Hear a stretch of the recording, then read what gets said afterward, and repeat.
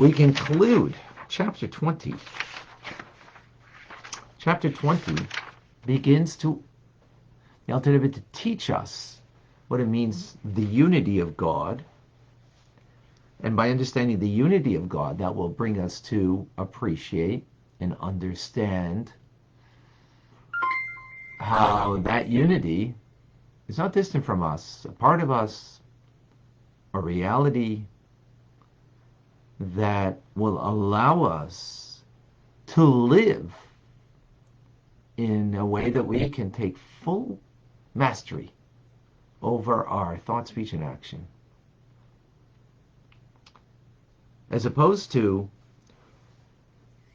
only when it comes to a very difficult test of faith, that the hidden love will be revealed.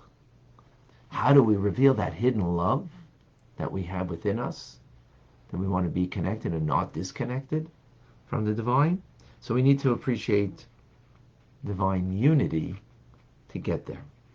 So what we spoke about is that the metaphor, the human being, one word can make a great impact on others, but relative the one word to who we are, one word is insignificant. One word is insignificant to the power of speech, because the power of speech is limitless. The only limitation to speak is because we have you have a mouth, you have a jaw, you have teeth, lips, and so on. And after, if you were making a fundraiser to, just they're making a fundraiser over here for I forget what, Alzheimer's, and they're skating for hours and hours. It's Canada. Skate, skate, skate, skate. One guy's skating for 29 hours because his mother, who passed away from Alzheimer's, born in 1929, so he figured, okay, 29 hours, and he's collecting money for this, right? Now, you can't skate forever, but you could talk forever for 29 hours. Now, the only reason is maybe your jaw might be a little tired and you're going to stop at one point. But the potential of speech is limitless. Therefore, one word compared to it is nothing. Now, where does speech come from? Thought. Hopefully you think before you speak. Not always, I try to do that, but sometimes we don't. But yet, it does come from thought, and that's limitless, truly, because we never turn off our thought. There's always language going on in our brain that we think in. But yet, one word compared to it is nothing. Furthermore, where does that thought come from? Well, it comes from our emotional disposition. It comes from the urges of the heart, the feelings in the heart that are beyond communication, beyond language. There's communication, but beyond language. It's beyond language, right? The feeling you have towards somebody that you love that isn't there, isn't in front of you, so you're not thinking about them. You're not thinking about them in a loving way, but the feeling is there, and that's why when they come into the room and you think about that love that you have towards them. Well, where did it come from, that thought? Well, it came from your heart. It came from your heart in a manner that is beyond language. So now let's take the metaphor of the one word, right?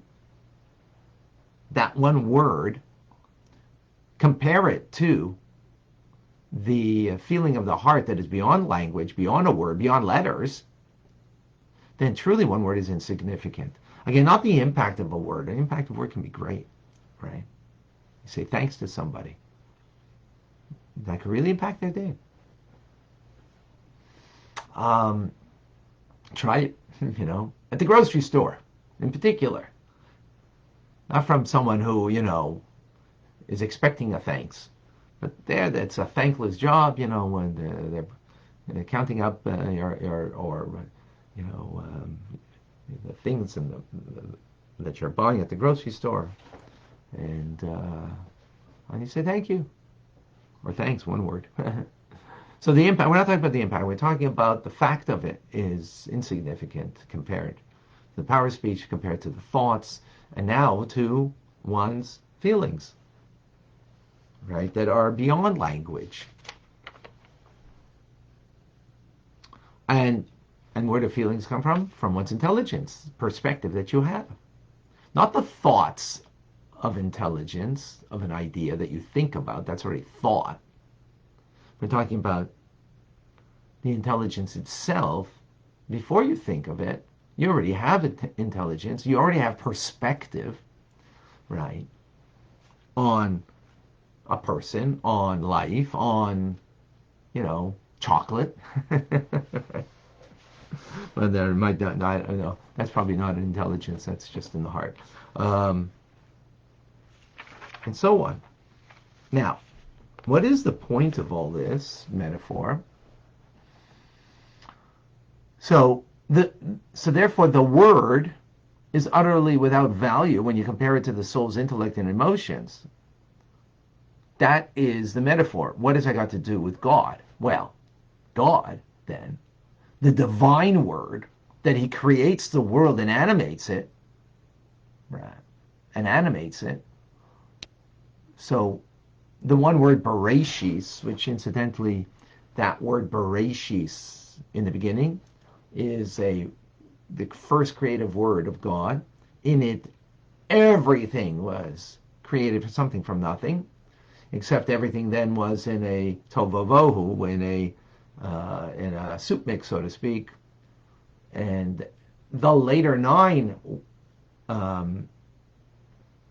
fiats, words of communication, of expression, the word that God creates with, is placing everything in its position, but not creating it out of nothing. That was in the first Big Bang. So then surely, when we're speaking about the Word of God, right, that is animating all of creation, compared to him, it's truly and absolutely nothing. He's infinite. That word is truly nothing. Therefore, the worlds that are created and sustained by the divine word are non-existence from God's perspective. And the presence of the world doesn't affect him in any way. His unity is complete. Complete.